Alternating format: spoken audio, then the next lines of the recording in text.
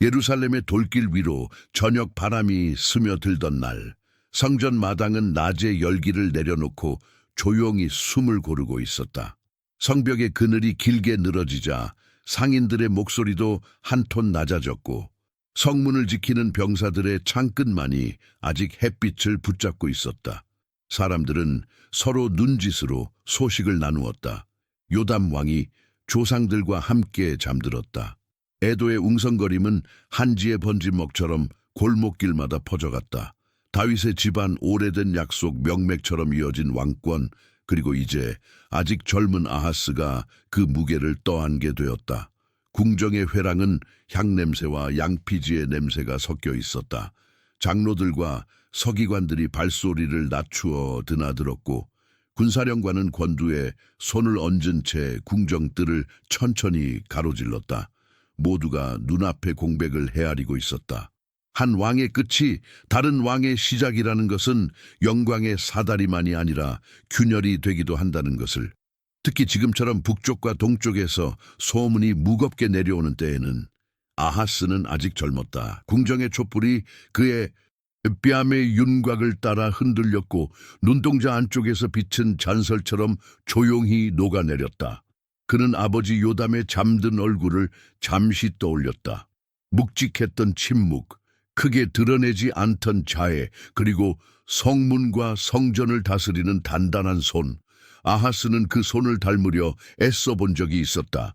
그러나 심장 속에서는 다른 박동이 뛰었다. 더 빠르고 더 계산적이며 더 조급한 리듬, 위협과 기회가 동시에 다가오는 시대의 심장 박동이었다. 도시에선 장사꾼들이 먼 나라의 소식을 풀어놓았다. 길르앗에서 내려온 낙타 행렬은 국경의 팽팽함을, 소금길을 타고 온 상인은 은이 드물어지고 곡물 가격이 흔들리고 있음을 말했다. 북쪽의 일렁임은 남쪽의 재고표의 숫자로 새겨졌다. 국경 마을의 외곽에서 농부들은 저녁마다 하늘을 올려다보며 긴 한숨을 쉬었다. 논밭에 물이 돈다 한들 마음 위로는 불안이 돌았다. 궁정의 첫 회의는 조용하게 열렸다. 장로 한 사람이 혀끝에 기도를 얹어 말을 열었다가 곧 조심스레 삼켰다. 서기관은 기록판을 펼쳤고 군사령관은 병참 상황표를 꺼내 들었다. 성문 경비는 유지 중입니다. 다만 북쪽 요새 중 일부는 보수 인력이 더 필요합니다. 상인 대표는 손을 들었다. 세금 조정이 필요합니다. 곡물 상차가 지연되고 있습니다. 모두의 시선이 젊은 왕에게 모였다. 아하스는 그 시선을 피하지 않았다. 그는 끄덕이며 대답했다. 성곽 보수 반원을 늘리라. 경비교대는 더 촘촘하게 하라. 세금은 급격히 흔들지 말고 대신 성문 통행세의 적용을 계절에 맞춰 조정하라. 그의 목소리는 젊었지만 흔들리지 않았다. 실무적이고 계산이 선명했다. 그러나 실무의 투명함만으로 왕권이 서는 것은 아니다. 예루살렘에서는 늘 성전의 숨결이 궁정의 호흡에 스며든다. 한 제사장이 조심히 말했다. 전하, 성전의 금고와 기물에 대한 정리가 필요합니다. 지난 계절에 여러 차례 보수가 있었고 목록이 오래되었습니다.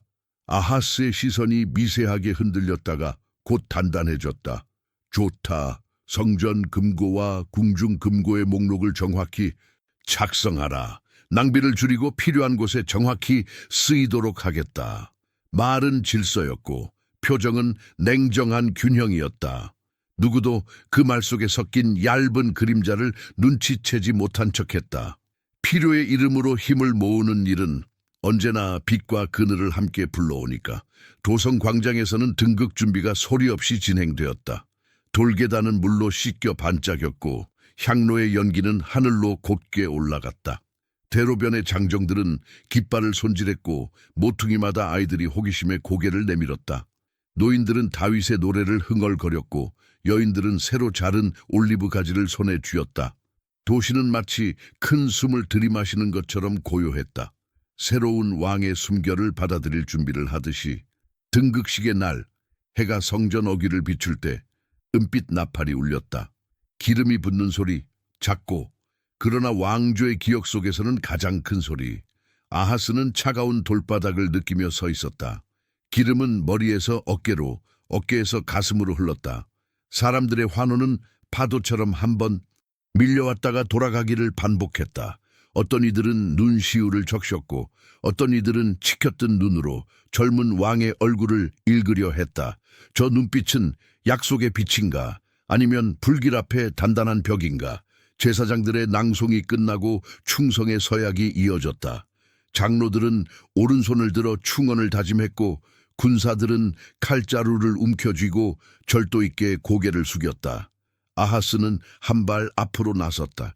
나는 조상들의 하나님 앞에서 이 백성을 보호하고 이 도시의 평안을 지키겠다. 단정한 문장, 정돈된 호흡. 그 말은 광장 위에 펴진 천막처럼 팽팽했다.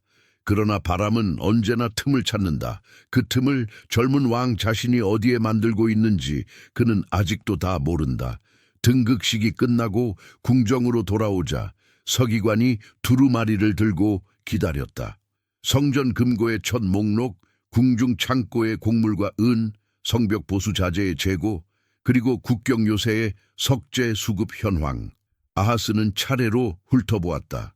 숫자들은 담담했다. 그러나 숫자 뒤에는 늘 표정이 있다. 부족함의 표정, 여유의 표정, 그리고 벌써부터 무언가를 준비하는 표정. 그는 마지막 장을 덮으며 조용히 말했다.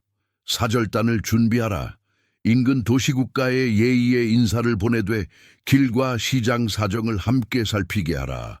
보이는 명분은 외교였고 실은 기류를 읽기 위함이었다. 젊은 왕은 바람의 방향을 읽고 싶어 했다. 그가 원하는 방향으로 바람을 돌릴 수 있다고 믿는 눈빛이 눈동자 안에서 희미하게 번뜩였다. 밤이 깊자 아하스는 홀로 궁정의 높은 처마 아래 섰다. 성전 마당에서 올라오는 연기 기둥이 어둠 속에서 부드럽게 흔들렸다. 돌바닥에 냉기는 발끝을 타고 허벅지까지 차오르는 듯했다. 그는 고개를 들어 북쪽 하늘을 보았다. 도시를 덮은 침묵 속에서 아주 멀리서 들려오는 것 같은 금속의 마찰 소리가 귀를 스우쳤다. 실제 소리인지 마음속의 예감인지 그는 분간하지 못했다. 다만 어떤 형태의 질문이 다가오고 있다는 것은 느꼈다. 오래된 질문이면서 새로운 질문. 왕이 무엇으로 도시를 지키는가? 누구의 이름으로 손을 뻗는가? 어떤 재단 앞에서 결정을 내리는가? 다음 날 그는 첫 인사 조정을 단행했다. 성문 경비대장을 북쪽 요새 경험이 풍부한 자로 교체하고 국경 정찰대를 더 자주 순환시키도록 했다. 상인들의 통행세는 계절에 맞게 완만히 조정하여 시장의 숨통을 틔웠다. 성곽 보수는 돌을 아끼지 말되 기록을 철저히 남기도록 명했다. 그리고 성전과 궁중의 금고 목록은 매달 갱신하라고 지시했다. 우리는 흐르는 물처럼 움직이되 바위처럼 기록하라. 그가 던진 말에 서기관은 깊이 고개를 끄덕였다. 사흘 뒤 시장통으로부터 미세한 파문이 올라왔다. 먼 곳에서 온 직물상이 말했다. 길 위에 소문이 변하고 있습니다. 군사령관은 작은 지도를 꺼내 탁자 위에 펼쳤다. 경계선의 얇은 수치를 여러 번 덧대며 말했다. 아직은 소문일 뿐입니다. 소문은 언제나 그렇듯 이슬 같고 때로는 새벽비처럼 확실하다. 아하스는 너무 오래 귀를 막지 않았다. 소문은 도시의 미세한 떨림을 미리 알려주는 북소리이기도 하니까 그날 저녁 그는 궁정 내의 작은 방에서 오래된 공예품들, 석류 문양이 새겨진 손잡이, 구리로 테를 두른 항아리, 멀리서 온 그림 조각을 가만히 바라보았다. 형태와 선, 무늬와 균형, 어떤 형태는 힘을 담고 있고 어떤 선은 사람을 안심시키고 어떤 균형은 마음을 머물게 한다. 그는 손끝으로 무늬를 더듬다가 갑자기 손을 거두었다. 아직은 아니다. 아직은 형태보다 방향을 먼저 정해야 한다. 그는 그렇게 자신을 달랬다. 마지막 촛불을 끄기 직전 궁정의 마루 끝에서 발소리가 들렸다. 전령이었다. 전하, 북쪽 요새에서 보고가 왔습니다. 아하스는 고개를 들었다. 모굴대가 작게 움직였다. 전령은 더 말하지 않았다. 보고는 새벽에 올렸다. 밤은 아직 남아있었다. 젊은 왕은 천천히 자리에서 일어나 창가로 걸어갔다. 예루살렘의 지붕들이 서로 등을 맞대고 잠들어 있었다. 그는 창틀을 잡은 손에 살짝 힘을 주었다. 내일 그는 또 한 번 자잘한 결정을 내릴 것이다. 그러나 어떤 결정들은 자잘한 것처럼 시작해 도시의 운명을 끌고 가기도 한다. 그 밤의 침묵은 오래된 서약처럼 무겁고 신선한 새벽처럼 얇았다. 아하스는 눈을 감았다가 뜨며 한 가지만 확실히 했다. 도시를 지키기 위해 그는 모든 길을 검토할 것이다. 그 길들 중 어떤 길이 빛으로, 어떤 길이 그늘로 이어지는지, 그것은 아직 내일의 문제였다. 다음 장에서 초기의 균열, 권력과 예배가 맞닿는 지점에서 흔들리기 시작하는 작은 경사, 새벽의 공기가 성벽의 금을 따라 세우며 들었다. 아하스는 동쪽으로 서서 첫 빛이 성전 지붕을 핥고 지나가는 모습을 지켜보았다. 왕의 손에는 전날 마무리한 문서가 아직 따뜻했다. 성전 금고와 궁중 금고, 창고의 곡물과 은, 성곽 보수 내역, 질서의 언어였다. 그러나 도시의 호흡은 문서로만 다스려지지 않는다. 사람들의 믿음과 두려움, 안정을 향한 갈망이 도시의 어두운 물결처럼 번질 때 가장 먼저 흔들리는 것은 수치로 기록되지 않는 균형이었다. 그 균형의 한쪽에는 제단이 있었다. 아버지의 시대에는 법과 관례가 중심을 지켜주었다. 그러나 아하스는 전장을 앞둔 군인이 지도를 펴듯 도성의 마음을 펴서 읽으려 했다. 상이슬기의 바람이 거센 날이면 작은 마을의 골목마다 향기와 함께 탄 냄새가 피어올랐다. 사람들이 우리 집의 평안을 위해 아이들의 병이 낫기를 바라며 산당, 샨탕으로 올라가는 발걸음.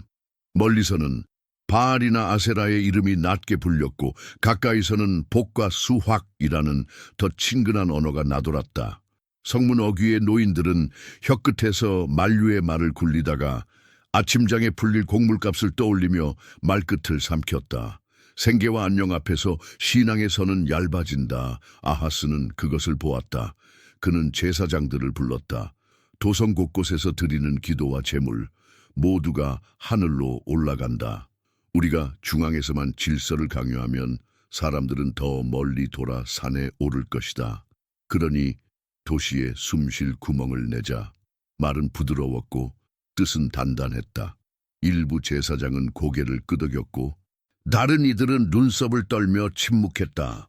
숨쉴 구멍이라는 말은 관용처럼 들렸지만 그것이 어디로 통하는지 아무도 확신할 수 없었다. 며칠 뒤 조용한 칙령이 내려졌다.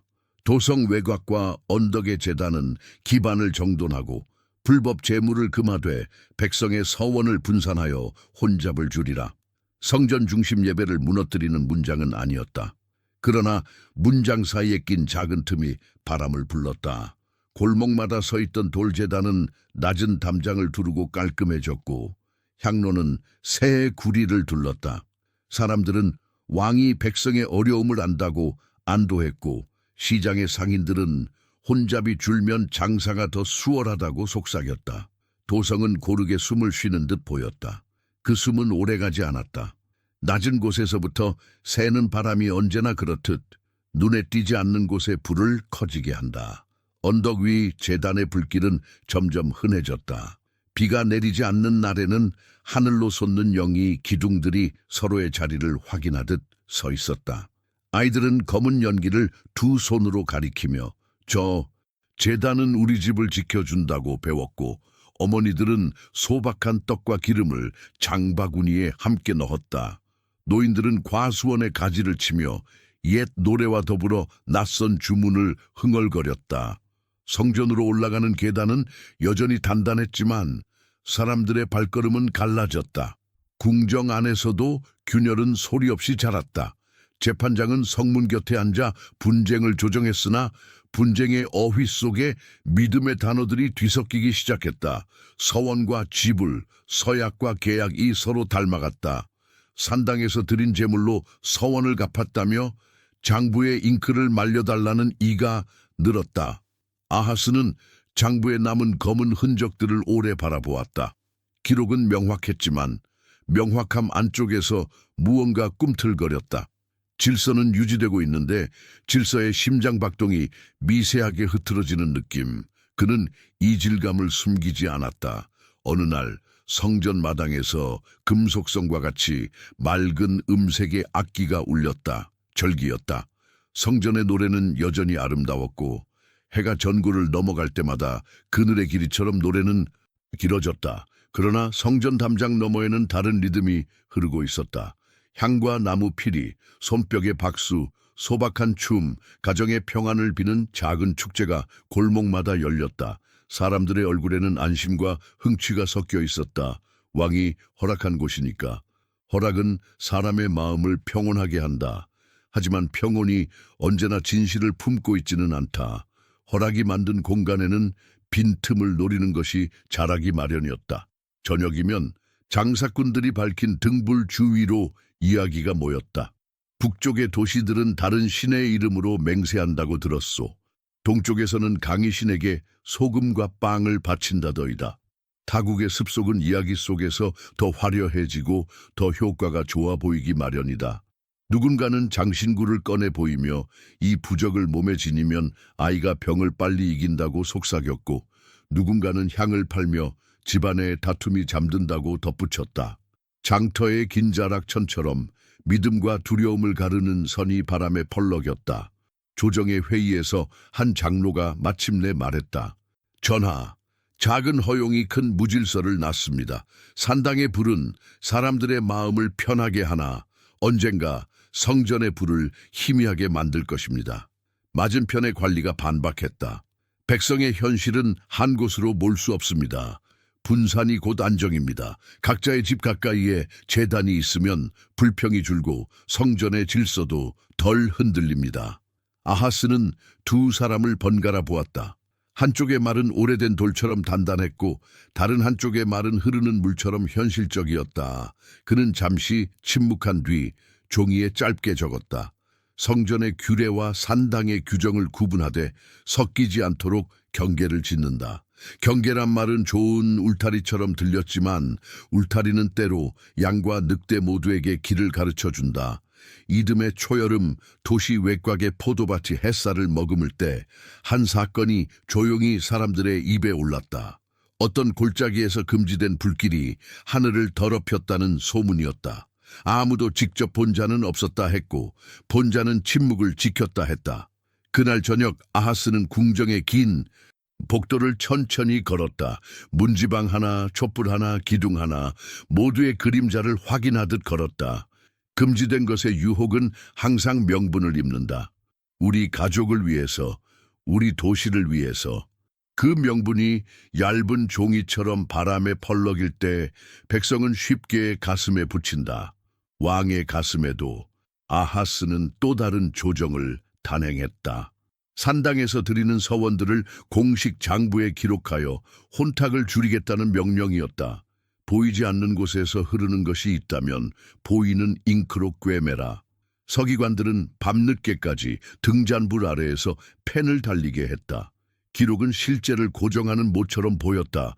그러나 못은 나무를 상하게도 한다. 시간이 지나며 사람들은 장부에 올라야 효력이 있다고 여겼고 장부에 오르지 못한 서원은 하늘에서 멀어진 듯 느꼈다. 하늘과 장부 사이에 종이가 한 장 끼어들자 사람들의 눈은 하늘보다 종이를 먼저 찾았다. 사소한 변화들이 서로의 어깨를 붙잡고 서서히 행렬을 이루었다.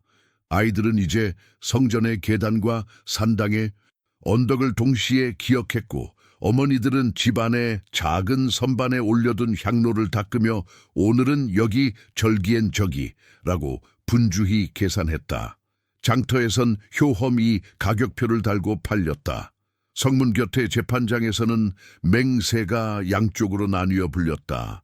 성전의 하나님께 맹세하나이다. 와 언덕의 제단 앞에서 맹세하나이다. 언어는 여전히 히브리어였지만 말의 결은 달라졌다. 같은 단어도 다른 신경을 건드렸다. 그럼에도 성전은 매일 문을 열었다. 아침 제사와 저녁 제사, 상번 제사장의 발걸음, 노래하는 이들의 호흡, 모든 것이 궤도를 지키려 애썼다.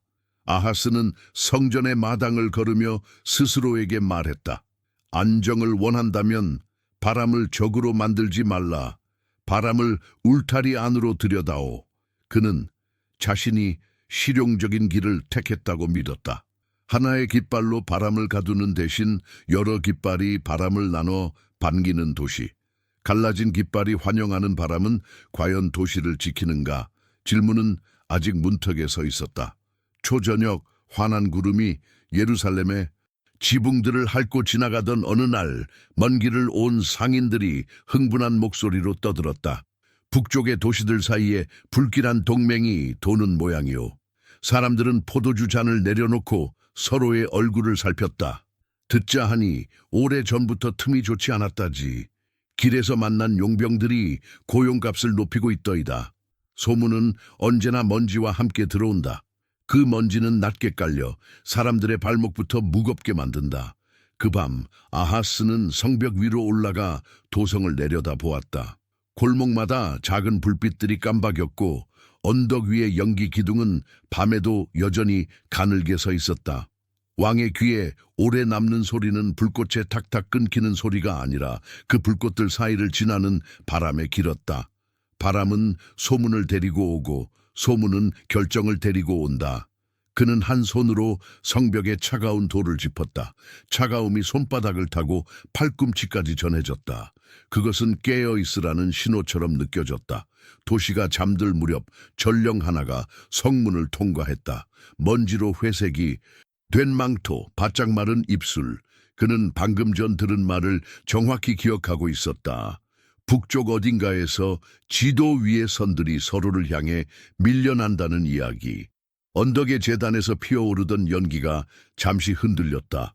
누군가 창문을 닫았고 누군가 등불을 껐다. 예루살렘은 조용히 숨을 들이마셨다. 그리고 그 숨결 속에서 젊은 왕은 자신이 허락한 작은 틈들이 어떤 바람을 불러들였는지 처음으로 깊게 생각했다. 소문은 아직 문 앞에 머물러 있었다.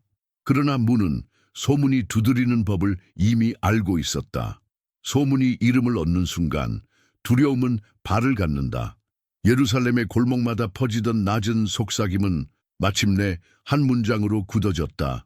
아람의 르신과 에브라임의 베가가 연합했다. 그 말이 돌계단을 굴러내려 성문에 닿자 장정들의 손은 창자루를 더 세게 조였다. 여자들은 아이를 품에 끌어당겼고 구리대야의 물결은 사소한 진동에도 쉽게 일렁였다. 바람이 불 때 숲이 흔들리듯 백성의 마음이 흔들렸다. 보고는 연기처럼 이어졌다. 북쪽 도로의 파수대가 새벽마다 봉화를 준비하고 변두리 마을의 곡식 창고는 철문을 새로 달았다. 시장에는 낯선 방언을 쓰는 용병들의 얼굴이 간혹 보였고 국경 쪽에서 매캐한 냄새가 바람을 타고 들었다. 산당의 불길은 저마다 집을 지키는 불이라며 곧 주섰고 성전의 향영이도 끊이지 않았다. 두 불길 사이에서 도시는 어깨를 약간 기울인 채 숨을 고르는 법을 배웠다. 그날 새벽 아하스는 성벽 아래로 내려가 윗모수로의 끝 세탁자의 밭 큰 길로 향했다. 물이 끊기면 도성에 숨이 멎는다는 것을 그는 누구보다 잘 알았다. 물줄기는 아직 반짝였으나 그의 마음속 지도는 갈라진 흙처럼 건조했다. 장막 위에 맺힌 물방울을 손끝으로 털며 그는 생각했다. 상인들의 말, 정찰대의 말, 장로들의 말, 그리고 백성의 떨림. 모든 음이 겹치되 화음으로는 엮이지 않는 시간이었다. 그때 수로의 곡선 끝에서 낮고 또렷한 음성이 들려왔다. 전하. 그 아래에는 한 사람의 예언자와 손을 꼭 쥔 어린아이가 서 있었다. 아이의 이름은 스알야숲, 남은 자가 돌아오리라. 이름 하나에 미래를 묶어두는 듯한 무거운 뜻이었다. 예언자의 눈은 샘물처럼 맑았고 바람의 방향을 읽는 갈대처럼 흔들리지 않았다. 두려워하지 마소서. 예언자의 첫마디는 명령이 아니라 쉼표 같았다. 아람의 르신과 에브라임의 베가, 그들의 분노는 불길 같으나 이미 꺼져가는 두 부직갱이와도 같습니다. 그들이 꾀합니다. 유다를 치고 그 성을 깨뜨려 우리 뜻대로 통치자를 세우리라. 낯선 이름의 인형왕을요? 그러나 그들의 계획은 서지 못할 것입니다. 아하스의 눈이 가늘어졌다. 그의 등 뒤에서 수로 위로 올라온 안개가 옅게 흘렀다. 예언자의 말은 위로처럼 들렸지만 위로만으로 북쪽의 무소의 발굽 소리를 잊을 수는 없었다. 아하스는 물가의 돌을 발끝으로 건드렸다. 말은 견고합니다. 그러나 도성의 마음은 바람 앞에 등잔불입니다. 제가 어떻게 그것을 붙잡아 둘 수 있겠습니까? 예언자의 손이 아이의 어깨에 얹혔다. 믿음이 서지 않으면 전하의 자리도 서지 못합니다. 그의 목소리는 길게 울리지 않았지만 깊게 세우며 들었다. 주께서 전하께 표징을 제안하십니다. 위로 하늘에서든 아래로 깊은 곳에서든 무엇이든 구하시오. 바람이 수로의 합판을 스치는 소리가 그 말의 끝자락을 얇게 훑고 지나갔다. 아하스는 잠시 침묵했다. 그의 눈앞에는 두 가지 길이 겹쳐 보였다. 하나는 보이지 않는 손에 약속을 붙드는 길, 다른 하나는 보이는 칼과 전차를 불러들이는 길. 그는 오래전 아버지가 들려준 이야기, 광야의 구름 기둥과 불 기둥을 떠올리다가 곧 더 근래의 숫자들, 곡물과 은, 병력과 성벽의 높이를 떠올렸다. 결국 그의 입술이 먼저 선택했다. 나는 구하지 않겠습니다. 나는 주를 시험하지 않겠습니다. 그 문장은 경건처럼 보였으나 경건의 속을 비워낸 껍질 같았다. 예언자의 눈동자에 짧은 슬픔이 지나갔다. 그러나 그는 흔들리지 않고 이어 말했다. 다윗의 집이여 지치게 하지 마십시오. 전하가 구하지 않아도 주께서 친히 표징을 주실 것입니다. 보십시오. 한 젊은 여인이 잉태하여 아들을 낳을 것이며 그의 이름은 임마누엘이라 하리라. 임마누엘, 하나님이 우리와 함께 계시다.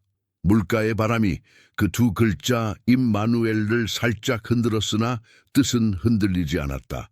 때가 오면 에브라임의 권세는 부서지고 그들의 연합은 먼지처럼 흩어질 것입니다. 그러나 전하여 만일 신뢰로 서지 못하면 아무 것으로도 설 수 없습니다. 예언자는 마지막 문장을 조용히 내려놓았다. 수로 위의 햇빛이 물결의 비늘처럼 반짝였다. 아이의 손이 예언자의 손을 더 꼭 쥐었다. 이름의 뜻이 손에서 손으로 전달되는 순간 아하스는 자신도 모르게 고개를 아주 조금 떨구었다. 그들이 떠난 뒤 젊은 왕은 한동안 물소리만 들었다. 돌과 물, 물과 돌, 한 치의 틈도 허락하지 않는 오래된 율동. 그는 무릎을 굽혀 물을 손에 떠보았다. 차가움이 손금 사이로 스며들었다. 임마누엘. 그는 속으로 그 단어를 몇 번이고 굴렸다. 그러나 단어는 무게를 실어주지 않았다. 눈앞에서 측량 가능한 것들, 성벽의 균열, 병기고의 재고, 도성 외곽의 언덕 위 연기, 이 다시 그의 생각을 점령했다. 궁정으로 돌아오자 장로들이 지도 위에서 수치를 나누고 있었다. 북쪽 길목의 보루 하나는 이미 긴장으로 삐걱거리고 변두리 마을에는 피난을 고민하는 가정이 늘고 있었다. 군사령관은 발끝으로 서서 말끝을 다듬었다. 전하, 시간이 우리 편은 아닙니다. 상인 대표는 고개를 낮췄다. 시장에 떠도는 말이 응압을 흔듭니다. 말들의 꼬리를 붙잡으면 궁정의 공기가 묵직해진다. 아하스는 손을 들어 모두를 멈췄다. 성문을 재점검하라. 북쪽 요새의 보수대를 2배로 늘리고 수로 경비를 강화하라. 피난민이 늘어나는 곳에는 창고의 곡물을 풀어 동요를 잠재우라. 그의 결정은 빠르고 실용적이었다. 그러나 실용이 주는 평안은 언제나 얇다. 바람 한 번이면 접히는 얇은 종이장처럼 밤이 내리자 왕은 홀로 지도를 펼쳐보았다. 붉은 먹으로 표시된 경계, 얇은 수치로 그은 길, 마을을 상징하는 작은 점들. 그는 손끝으로 북쪽에서 남쪽으로 내려오는 선을 따라갔다. 그 선이 성문 앞에서 멈추는 장면을 상상하는 순간 숨이 짧게 끊겼다. 그때 그의 생각은 또 다른 방향으로 꺾였다. 바람을 부르는 더 큰 깃발이 있다면 먼 나라의 강을 따라 서쪽과 북쪽을 삼킨 제국, 그 이름을 입에 올리지 않아도 그 그림자는 지도 위에 드리워져 있었다. 그들이 칼과 병거로 우리 경계를 대신 서준다면? 그는 스스로에게 물었다. 우리 백성은 안정을 얻을 수 있지 않은가. 문득 낮의 장면이 떠올랐다. 수로 끝에서 예언자의 아이가 쥐고 있던 작은 손, 남은 자가 돌아오리라.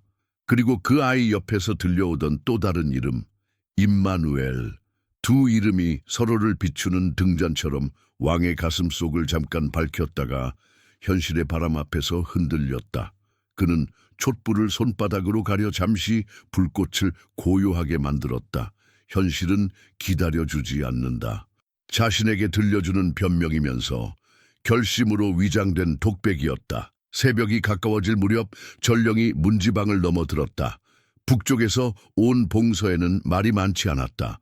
움직임이 빨라졌다. 종이 위에 먹물 자국은 짧고 얇았지만 그 얇음은 칼날의 얇음과 닮아 있었다. 아하스는 느리게 고개를 끄덕였다.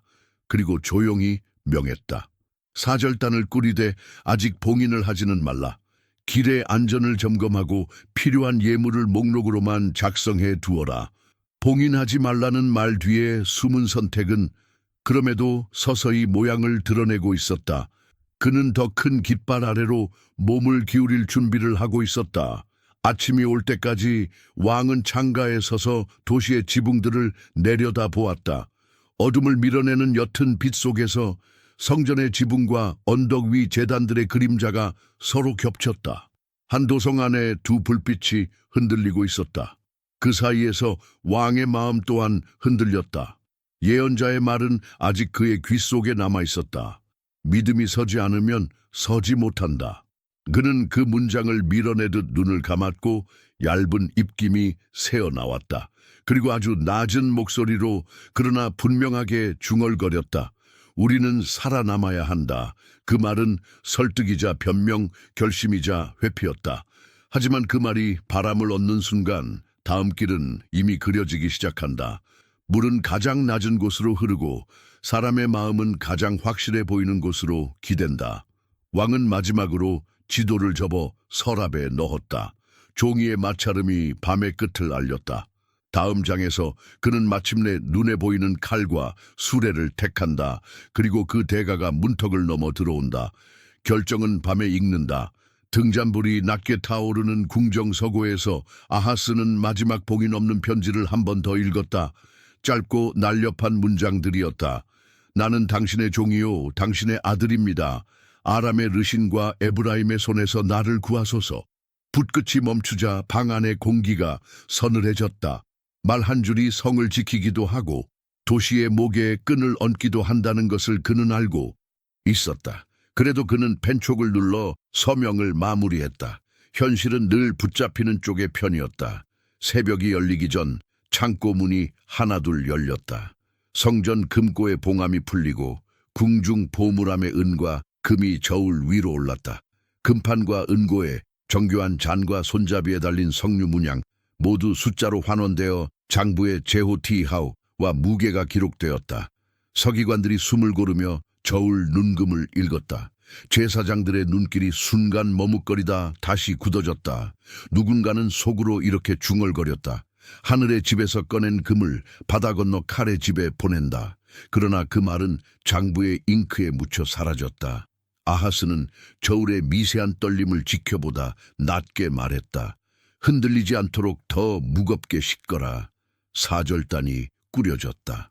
담비 가죽에 쌓인 서신, 무늬를 맞춘 궤짝, 재갈을 단 말과 바퀴에 기름을 먹인 수레, 엄선된 관리가 앞장섰고 말단 병사는 길의 먼지를 시험 삼아 밟아보았다. 떠나는 이들의 갑옷은 새로 닦아 윤이 났다. 출발 전 회의에서 장로 하나가 조심스레 물었다. 이 길이 길게 우리를 묶지 않겠습니까? 아하스는 장로의 눈을 똑바로 마주했다. 짧은 칼로도 목을 지키지 못할 때가 있다. 긴 사슬이라도 오늘 밤을 지나게 해준다면 내일 아침의 결정을 우리가 택할 수 있다. 그 대답은 논쟁을 멈추게 할 만큼 차분했고 동시에 반박하기 어려울 만큼 현실적이었다. 사절단이 성문을 나서는 순간 바퀴 흔적이 흙 위에 새긴 문장이 길게 이어졌다. 성 위에서 그 모습을 내려다보던 병사들은 창을 바꾸어 쥐었다. 시장의 상인들은 계산판을 열고 안전이라는 보이지 않는 항목에 작은 구슬 하나를 더 올려놓았다. 사람들은 속삭였다. 큰 나라의 깃발이 우리 머리 위를 지나가면 북쪽의 바람이 잦아들겠지. 기대와 체념은 언제나 같은 잔에 섞여들었다. 며칠이 지나지 않아 북서쪽 길에서 전령이 돌아왔다. 그들이 움직였습니다. 짧은 보고였다. 거대한 발굽 소리, 규격화된 행렬, 먼 거리를 내리눌러 오는 구름 같은 군대, 그리고 이어진 봉서에는 더 적나라한 문장들이 담겼다. 다마스쿠스 쪽에 불길이 기울고 산지에 성들이 떨어집니다. 사람들의 입에서 한숨과 탄성이 동시에 새어나왔다. 살았다. 그리고 우리는 이제 누구의 소나귀인가? 가을빛이 포도송이를 무겁게 할 즈음 더 결정적인 소식이 예루살렘에 도착했다. 르신이 쓰러졌다는 소식, 다마스쿠스 성문이 열렸다는 소식, 에브라임의 요새 도시들 중 일부가 깃발을 바꾸었다는 소식, 시장 어귀에서는 환호가 일었다. 국경길의 마차들이 다시 움직이기 시작했고 용병들의 임금은 잠시 내려앉았다. 여인들은 물동이를 고쳐 얹으며 이제 아이들이 안심하고 잘 수 있겠다고 말했다. 그러나 성문 곁 재판장에서는 달라진 언어가 조용히 고개를 들었다. 곡물과 조공, 우대와 복속이 같은 줄에 기록되기 시작했다. 서기관은 잉크를 덜 찍으려 했으나 종이는 더 많은 글자를 원했다. 그날 저녁 아하스는 서늘한 회랑을 천천히 걸었다. 성전 마당에서 올라오는 향은 여전히 고요했지만 그 향 냄새 사이로 낯선 금속 냄새가 얇게 끼어들었다. 그는 혼잣말처럼 낮게 되뇌었다. 칼은 약속을 빠르게 이행한다. 북쪽의 위협은 칼에 베어 사라지고 있었다. 그러나 칼을 불러온 손의 손목에 보이지 않는 사슬이 걸리기 시작했다는 것을 그는 모를 리 없었다. 사절단의 두 번째 봉서에는 이렇게 적혀 있었다. 그들이 전리품과 함께 요구 목록을 보내왔습니다. 황금판을 더 보태고 계절마다 정기 공납을 약정하길 원합니다. 또한 승전의 예를 들어 전하의 조현 좌우젠을 다마스쿠스에서 받길 원합니다. 회의는 길지 않았다. 군사령관은 말이 없었다. 상인 대표는 아예 눈을 감았다. 제사장의 목젖이 한번 흔들렸다. 아하스는 종이에 손가락을 대고 조용히 눌렀다. 보내라. 그리고 가겠다. 표정은 담담했으나 그 담담함이 도시에 전해지자 공기가 약간 무거워졌다. 왕이 직접 가신다지. 예를 표하러. 그 말은 사람들의 가슴 속에서 여러 모양으로 굳었다. 안도, 불만, 호기심, 공포, 서로 다른 색의 돌들이 한 바구니에 섞였다. 출발 전날 아하스는 성전 금고의 목록을 다시 확인했다. 숫자들은 냉정했고 냉정함은 결정에 힘을 실었다. 그는 창을 열어 밤바람을 들였다. 달빛 아래 성전의 지붕이 희미하게 반짝였다. 멀리 언덕 위 작은 제단의 불길 몇 줄기가 아직 사그라들지 않은 채 가늘게 솟아 있었다. 그는 눈을 반쯤 감고 그 불빛들을 세었다. 하나, 둘, 셋. 예루살렘 안의 두 불빛, 성전과 언덕. 그 사이를 오가던 그의 마음은 이제 또 다른 불빛으로 향하고 있었다. 강대국의 불빛, 승리의 불빛, 그리고 복속의 불빛. 다마스쿠스로 향하는 길은 길었다. 고원과 골짜기가 교대로 나타났고 길가의 관목은 바람을 타고 몸을 낮췄다. 호송대의 바퀴는 일정한 박자를 두드렸다. 밤마다 불을 피우면 불빛 가장자리에서 낯선 곤충이 날아들었다. 아하스는 낮과 밤 두 지도를 번갈아 펼쳤다. 하나는 땅의 지도, 하나는 사람의 마음 지도. 우리는 살아남기 위해 이 길을 택했다. 그 문장을 마음에서 여러 번 맞추어 보았다. 잠들기 전 그는 한 번 더 짧게 기도했다. 말이라고 할 만큼 길지 않고 침묵이라고 할 만큼 비어있지 않은 기도. 고개를 들면 밤하늘 별자리가 아무 말 없이 그를 내려다보았다. 다마스쿠스에 가까워지자 길 위의 공기가 달라졌다. 먼지가 더 고왔고 바람에 섞인 냄새가 다채로웠다. 시장들은 다시 열리고 있었고 패배한 도시의 소음은 이상하게 질서 있었다. 거대한 행정의 손길이 이미 골목의 모서리까지 닿은 듯했다. 입구의 성문에는 새로 새긴 표식이 번듯했고 치안대의 창은 동일한 각도로 햇빛을 반사했다. 패배의 도시가 보여주는 침묵은 승자의 규율을 더 선명하게 했다. 영접은 간결했다. 조연의 절차는 익숙할 만큼 표준화되어 있었다. 통역관의 목소리는 메마르지 않았고 의전관의 동작은 물 흐르듯 매끄러웠다. 아하스는 정해진 자리에서 정해진 각도로 허리를 굽혔다. 나는 당신의 종이요, 당신의 아들입니다. 한 번 쓴 문장은 몸으로도 반복되었다. 말과 몸이 합치되는 순간 약정은 각인처럼 깊어졌다. 마침내 그는 승자의 장막으로 들어갔다. 천막이 아는 바깥보다 서늘했고 긴 탁자 위에는 정복지의 지도가 펼쳐져 있었다. 직선으로 그어진 길, 점으로 표시된 성읍, 화살표로 눌러놓은 이동 경로들.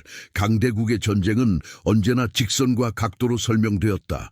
그는 그 선과 각도 사이에 자기 도시의 이름이 작은 글씨로 새겨진 것을 보았다. 그 글씨는 아직 흐릿했지만 지우개로 지울 수 있는 이름이 아니라는 것을 그는 직감했다. 승자의 눈빛은 건조했다.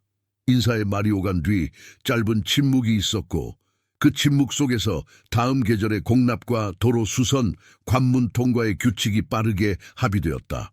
손짓 하나면 수십 리 밖의 성문이 열리고 닫히는 권력 앞에서 아하스는 눈을 치켜들지 않았다. 대신 눈꺼풀을 낮추어 현실을 또박또박 기억에 새겼다. 이 길은 되돌아갈 수 없을 것이다. 그럼에도 도시는 지금 밤을 건넌다. 의전이 끝날 무렵 한 관리가 예를 올리며 낮게 말했다. 도성 중앙에 새로 정비한 제2공간이 있습니다. 패전의 수치와 승전의 영광을 함께 기록하는 곳이지요. 손님들로 붐비니 전하께서도 들르신다면 도시가 기뻐할 것입니다. 말은 공손했고 초대는 짧았다.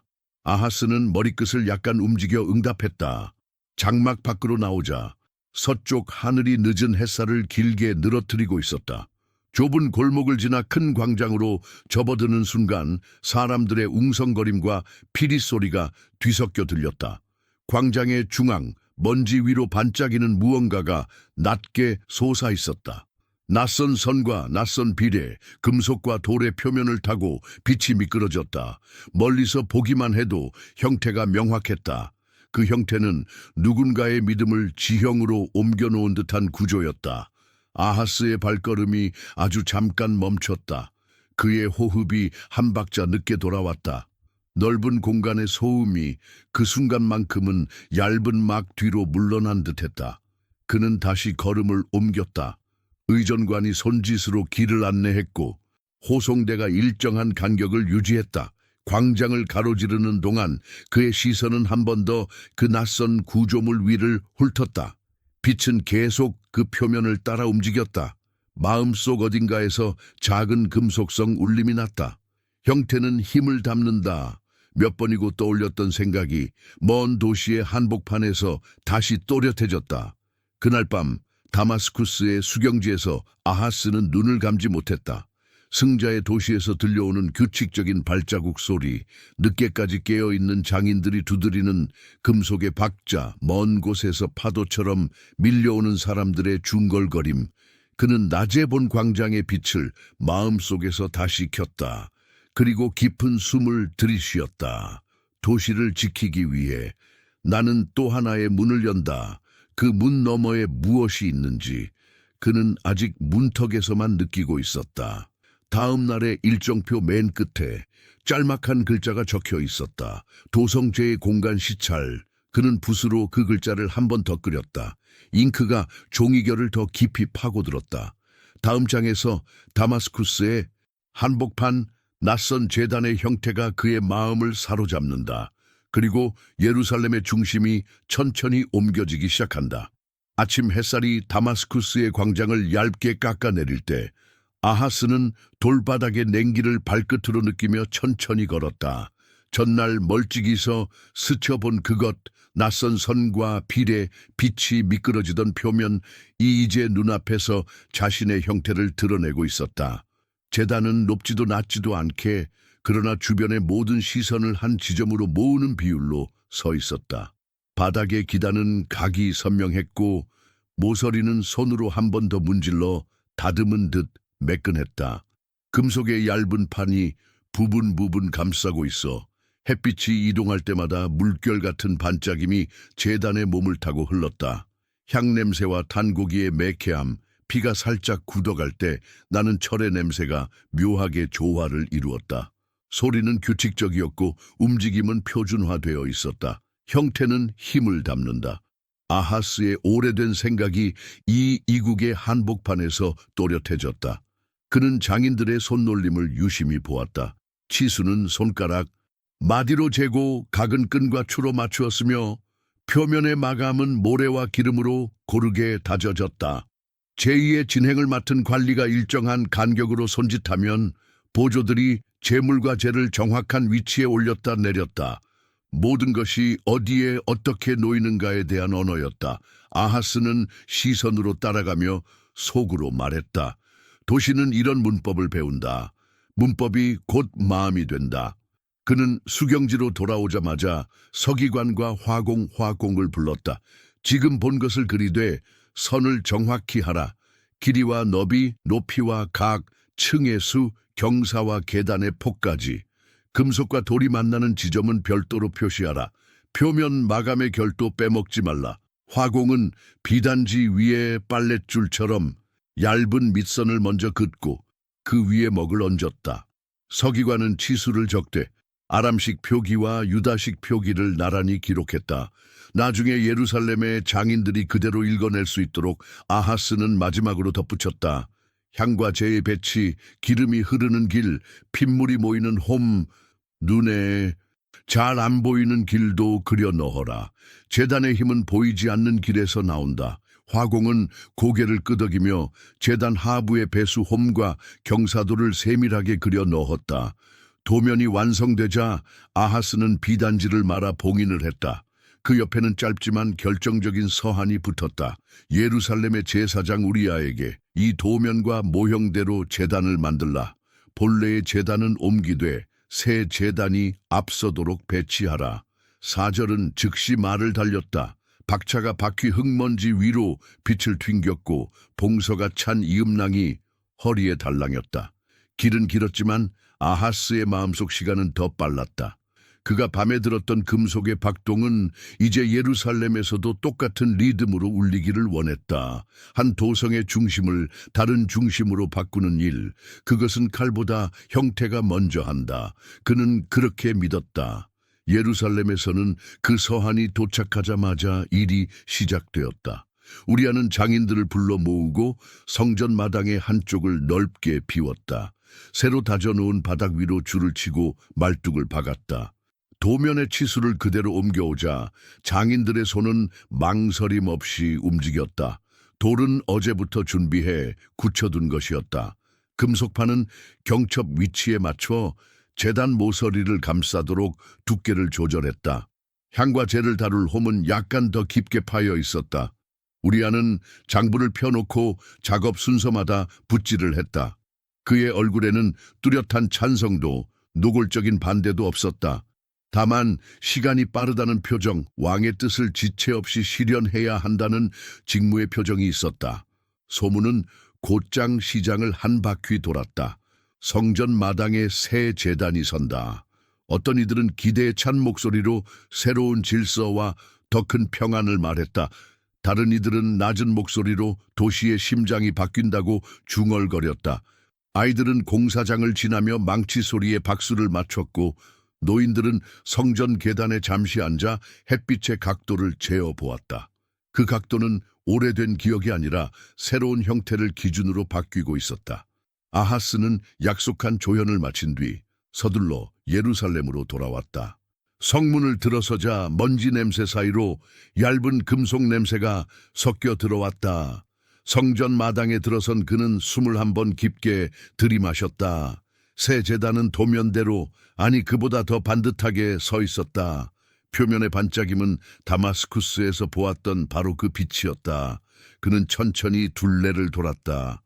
모서리의 이음, 경사와 계단의 폭, 배수, 홈의 각도까지 눈으로 더듬었다. 도시는 형태로 배운다. 그의 가슴 안쪽에서 금속성의 생각이 또렷하게 맥박쳤다. 그는 곧바로 재물을 올렸다. 아침 번제와 곡식제, 전제 디안지의 포도주를 새 제단에 붓게 했다. 불길은 빠르게 타올랐고 연기는 곧게 올랐다. 그의 손짓 하나에 악사들의 음이 맞춰졌고 제인은 군사 행진처럼 단정했다. 그리고 그는 우리아를 불러 조용히 일렀다. 이제부터 상번의 제사와 백성의 서원, 나의 봉헌까지 모두 이 새 제단 위에서 드려라. 본래의 놋제단은 앞으로 옮겨 나의 조회서호에 쓰겠다. 조회라는 단어가 바람처럼 가볍게 흘렀지만 뜻은 무거웠다. 오래된 제단이 이제 왕의 질문을 받는 도구로 전락한다는 선언, 제2의 중심이 바뀌는 순간이었다. 배치가 바뀌자 동선도 바뀌었다. 제사장들의 발걸음은 새로운 경로에 익숙해져야 했다. 기구의 자리는 좁게 조정되었고 통로의 빗장은 다른 쪽으로 걸렸다. 물을 길어 올리는 사다리의 위치가 살짝 옮겨졌고 향로를 두는 선반은 제단의 그림자에 맞춰 재설치되었다. 우리아는 장부에 빨간 작은 점을 찍어 새 위치를 표시했다. 절기 전까지 모든 경로를 표준화한다. 그의 목소리는 건조했지만 그 건조함 속에 묵직한 피로가 섞여 있었다. 사람들은 곧 차이를 감지했다. 연기의 기둥이 서는 자리, 바람의 향 냄새가 퍼지는 궤적, 햇빛이 제단의 모서리를 깎아 만드는 그림자의 길이, 이 모든 것이 바뀌었다. 성전 계단에 올랐던 이들의 발끝이 이전보다 조금 더 왼쪽으로 틀어졌다. 아이들은 새 제단에서 피어오르는 불빛을 당연하게 여겼고 어머니들은 집으로 돌아가 작은 향로의 위치를 고쳐 놓았다. 성전도 바뀌었으니 우리도 더 정돈해야지. 바뀐 중심은 곧 가정의 선반을 재배열하게 한다. 형태의 변화가 생활의 언어를 바꾼다. 골목과 모퉁이에는 또 다른 변화가 생겼다. 장인 몇이 다마스쿠스식 비례를 흉내내어 집집마다 작은 제단을 주문대로 만들어주기 시작했다. 모서리는 조금 덜 매끈하고 금속판은 더 얇았지만 빛이 미끄러지는 방식은 얼추 비슷했다. 사람들은 그 앞에 기름을 넣고 빵을 올리고 병든 아이의 이름을 속삭였다. 도시가 배우는 문법은 성전에서 골목으로 흘러내렸다. 허용과 표준의 경계가 한결 흐려졌다. 변화는 성전 내에서도 깊어졌다. 놋바다와 받침들의 위치를 재점검하라는 지시가 내려왔다. 우마니우마, 형상 위에 놓여있던 큰 대야를 옮기자는 의견이 올라왔고 몇몇 받침은 이동을 대비해 못을 뽑아 정비했다. 통로에 비를 막아주던 차양의 방향도 바뀌었다. 아하스는 말수가 줄었다. 그는 종종 마당 한복판에 서서 새 제단과 옮겨진 놋제단 사이를 번갈아 보았다. 두 제단 사이의 거리, 그 사이를 오가는 사람들의 속도, 발걸음이 만드는 소리의 높낮이, 소리도 형태를 따른다. 그는 그렇게 생각했다. 한편 제사장들 사이에서는 짧은 침묵이 자주 오갔다. 누구도 큰 소리로 반대하지 않았고 누구도 열광적으로 박수치지 않았다. 장부는 빠르게 채워졌고 규정은 새로 쓰였다. 아침 번제, 새 제단, 저녁 번제, 새 제단, 왕의 조회, 놋제단. 붓끝은 한치의 망설임 없이 움직였지만 등잔불 아래 그림자는 자주 떨렸다. 우리아는 때때로 붓을 내려놓고 손가락으로 관자놀이를 지그시 눌렀다. 그는 명령을 수행하는 사람의 피로를 이해했고 질서가 바뀔 때 생기는 무음우인의 충돌을 온몸으로 느끼고 있었다. 장터에서는 변화의 반응이 엇갈렸다.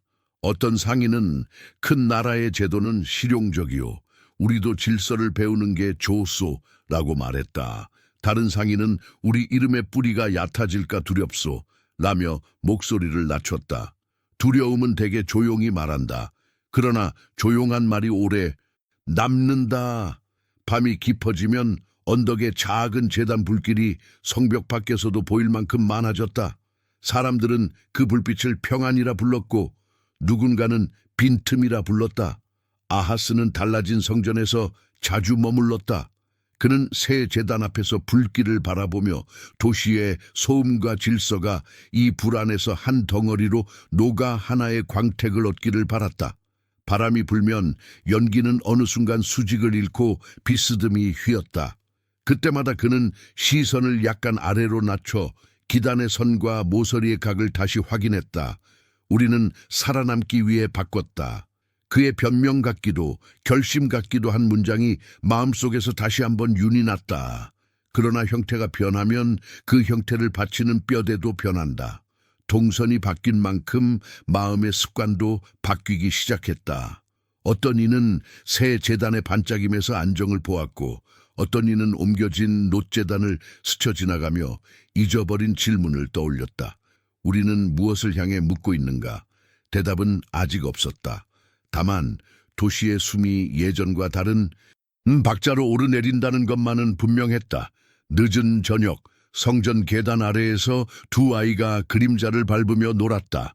하나는 새 제단이 만드는 그림자를 밟고 다른 하나는 옮겨진 제단이 만드는 짧은 그림자를 밟았다. 아이들은 웃었고 그림자는 흔들렸다. 계단 위, 아하스는 잠시 그 모습을 내려다보았다. 그리고 아주 느리게 몸을 돌려 궁정으로 걸어갔다. 불빛이 그의 발 뒤꿈치까지 따라오다가 멈췄다. 다음 장에서 승리의 계절이 지나자 균열의 값이 청구된다. 국경의 상흔과 안으로 세우며드는 기근, 그리고 흔들리는 마음들의 행렬. 한때는 안도의 숨결처럼 느껴지던 북쪽의 조용함이 초가을 바람을 타고 다른 냄새로 바뀌었다. 겉으로는 큰 위협이 가라앉은 듯 보였으나 성문 곁 사다리의 삐걱임, 곳간의 빈자루가 내는 축 늘어진 소리, 시장의 은값이 오르락 내리락하는 얇은 떨림이 도시의 속살에서 먼저 반응했다. 바람은 대로를 지나지 않고 골목부터 흔드는 법이었다. 첫 번째 금이 남쪽 사막 가장자리에서부터 번졌다. 네게브 자락의 작은 마을들이 새벽마다 먼지 기둥을 보았고 닭이 울기도 전에 울타리가 넘어가는 소리를 들었다. 에돔의 무리들이 낮은 구릉을 타고 들이닥치면 사람들이 지키려 하던 것은 곡물 한 자루, 아이의 손, 물동이뿐이었다. 짧은 칼의 번쩍임이 지나가면 집들은 제자리로 돌아온 듯 서 있었으나 집 안의 숨결은 다른 길로 흘렀다. 저녁이면 울타리 대신 사람들의 어깨가 더 촘촘해졌다. 노인들은 말끝을 삼켰고 여인들은 항아리의 입을 한 번 더 천으로 감쌌다. 뒤이어 서쪽 저지대에 느리지만 끈질긴 손이 뻗었다. 평평한 들녘과 완만한 언덕이 이어지는 곳, 곡식과 소금길이 만나는 지점들, 그곳에서는 마을의 대문이 낮은 소리로 열리고 닫히는 사이 필리스티 사람들이 점 하나씩 지도를 덮었다. 시장에선 그들이 장터의 그늘부터 차지한다는 속삭임이 돌았다. 그늘이 길어지면 햇빛은 짧아지는 법이었다. 예루살렘으로 올라오는 행상들의 발걸음은 한 템포 더딜 수밖에 없었고 상인들은 저울을 들여다보며 은과 곡물이 서로의 무게를 재는 듯한 표정을 지었다. 한편 북쪽에서 전해지는 소식은 한 줄로 요약되었다. 에브라임이 들판에서 우리를 베었다. 전령의 말은 짧았으나 그 짧음이 칼날 같았다. 돌아오지 못한 아들들의 이름이 성문 곁 벽에 붙었고 돌아온 이들의 어깨에는 긴 침묵이 내려앉았다. 철의 냄새가 가슴속까지 번지던 그날 아버지 하나가 성문 아래로 주저앉아 발치에 먼지를 움켜쥐었다. 왜 우리였나? 말은 땅으로 스며들었고 땅은 아무 대답도 내지 않았다. 더 큰 비보가 뒤따랐다. 북쪽 길을 따라 묶인 사람들이 끌려갔다는 소식, 아이들과 여인, 늙은이들까지. 예루살렘의 골목마다 등잔불이 조금 더 일찍 켜졌고 저녁밥의 냄새는 그날따라 열벗다. 누군가는 왕이 큰 나라의 그늘 아래 섰으니 곧 풀릴 것이라며 자신을 달랬고 누군가는 우리가 누구에게 구했는지 하늘이 지켜보고 있다며 목을 낮췄다. 서로 다른 위로가 같은 방 안에 함께 앉아 있었다. 그러나 뜻밖의 장면이 뒤이어 예루살렘 근처에 펼쳐졌다. 종려나무가 드문드문 서 있는 평지, 먼지 속에서 행렬 하나가 서서히 모습을 드러냈다. 북쪽으로 끌려갔던 이들이 옷과 신발을 갖추고 상처에는 기름을 바른 채 나약한 자들은 나귀에 태워져 돌아오고 있었다. 그들을 이끌던 자들은 고개를 숙였고 문 앞에 이르자 물과 떡을 내어 놓았다. 칼이 만든 상처들 사이로 뜻밖의 자비가 얇은 실처럼 당겨져 들어왔다. 사람들은 그 실을 붙잡듯 손을 뻗었다. 울음이 먼저였고 그 다음이 말이었다. 돌아왔다. 그날 밤 몇몇 집에서 불빛이 늦게까지 꺼지지 않았다. 잃을 뻔한 것을 되찾는 기쁨은 잃어버린 것을 되찾지 못한 이들의 침묵과 같은 방 안에 머물렀다. 왕궁의 회랑에서는 다른 목소리가 오갔다. 이 자비는 그들의 속셈을 가리기 위한 외투일지 모릅니다. 한 관리가 낮게 말했다. 또 다른 이는 정치가 돌아가는 사이에도 하늘이 인간의 마음을 흔드셨을 것입니다. 라고 속삭였다. 아하스는 말을 아꼈다. 그의 눈은 도성의 장부와 변방의 보고를 번갈아 훑고 있었다. 은은 더 자주 외부로 흘러나갔고 조공의 목록은 계절별로 더 촘촘해졌다. 그는 속으로만 짧게 정리했다. 살아남기 위해선 흐름을 넓게 잡아야 한다. 그 문장이 지나가는 자리마다 사람들의 한숨이 종종 지워졌다. 하지만 흐름은 넓히는 만큼 세기도 했다. 곡간의 줄은 길어졌고 외곽의 경비는 더 자주 교대를 해야 했다.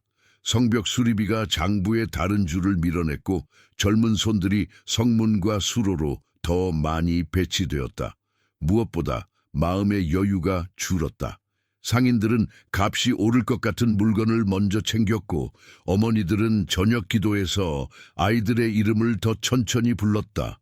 산당의 불길은 더 촘촘해졌고 골목의 작은 제단 위에 올려지는 서원은 늘었다. 집안의 평안이 먼저다.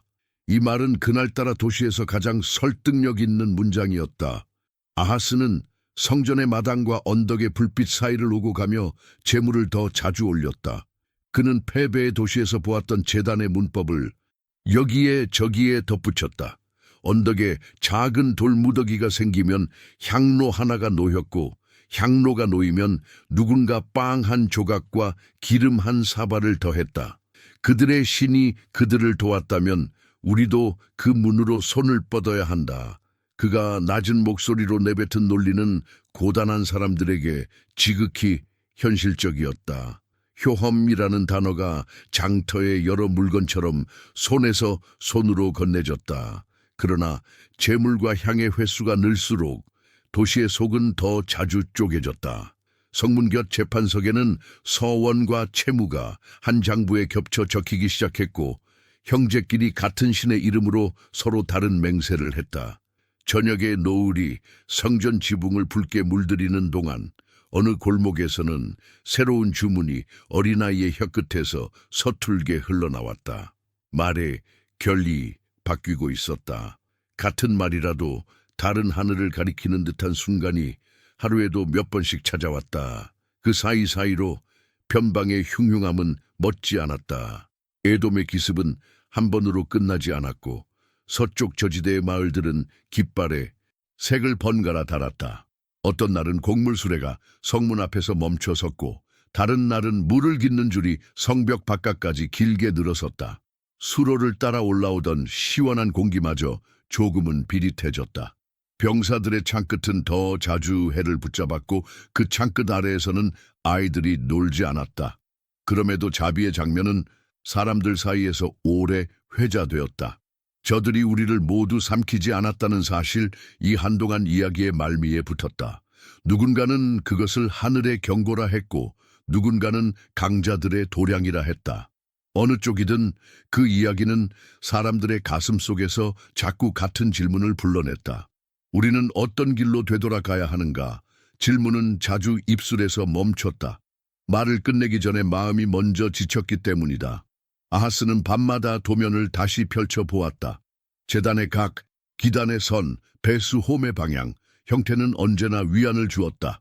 그는 피곤을 모서리의 매끈함에 붙여놓듯 손가락으로 선을 더듬었다. 그리고 외길처럼 마음속 문장을 다시 걸었다. 우리는 살아남는다. 무엇을 덜어내서라도. 그 무엇 안에는 점점 더 많은 것들이 포함되기 시작했다. 장터의 작은 관습, 골목의 오래된 노래, 성전의 익숙한 동선, 도시는 삭감과 추가의 장부를 함께 들고 걸었다. 어느 저녁 성문 아래로 노인 하나가 손자를 데리고 섰다. 노인은 아이에게 성전 계단을 가리켰다. 저기에서 우리는 고개를 들었지. 그리고 언덕 쪽에 작은 불빛을 가리켰다. 저기에서는 눈을 낮췄다. 아이는 고개를 갸웃했다. 왜요? 노인은 대답 대신 아이의 손을 더 꼭 잡았다. 손에 닿는 맥박이 고르지 않았다. 그 흔들림 속에서 노인은 오래전에 똑같은 질문을 떠올렸다. 우리는 누구의 얼굴을 보고 사는가? 그 밤 회랑을 지나 자신의 방으로 돌아가던 아하스는 잠시 발을 멈췄다. 멀리서 들려오는 북과 피리의 리듬, 시장 골목의 낮은 수군거림, 성전 마당의 노래가 한순간 겹쳤다가 흩어졌다. 그는 창을 열어 바람을 들였다. 바람은 차가웠고 그 차가움이 이마를 식혔다. 잠깐의 맑음이 찾아왔다. 하지만 곧 그의 귀에는 다른 소리가 닿았다. 조공을 싣고 떠나는 수레바퀴의 마찰음, 외곽 경비교대의 짧은 나팔 소리, 장부의 세 줄을 여는 붓끝에 스치는 소리. 살아남기 위해 써내려간 음들이었다. 도시는 아직 서 있었다. 성벽은 하늘을 가를 만큼 높았고 성문은 여전히 새벽과 저녁을 구분했다. 그러나 가장자리들은 찢겨 있었다. 끈으로 임시로 꿰맨 자리가 여기저기 눈에 띄었다. 사람들은 그 끈이 오래 버티기를 바랐고 왕은 끈을 더 두껍게 만들 방법을 찾고 있었다. 그는 골목의 작은 제단 앞에서, 성전의 새 제단 앞에서 언젠가 보았던 외국의 제단을 떠올리며 같은 문장을 되뇌었다. 효험이 있다면 붙든다. 새벽 직전 하늘이 가장 희미해지는 시간에 성전의 담장 사이로 바람이 길게 흘렀다. 등잔불이 가늘게 떨리고 기둥 그림자가 조금 더 길어졌다. 아직 문이 닫히지는 않았다. 다만 문설주 사이의 어둠이 예전보다 빨리 모여드는 것 같았다.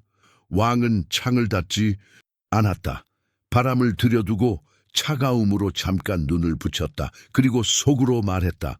내일은 더 단단한 결정을. 다음 날이 오기 전까지 도성은 조용했다. 그러나 조용함이 언제나 평안을 뜻하는 것은 아니었다.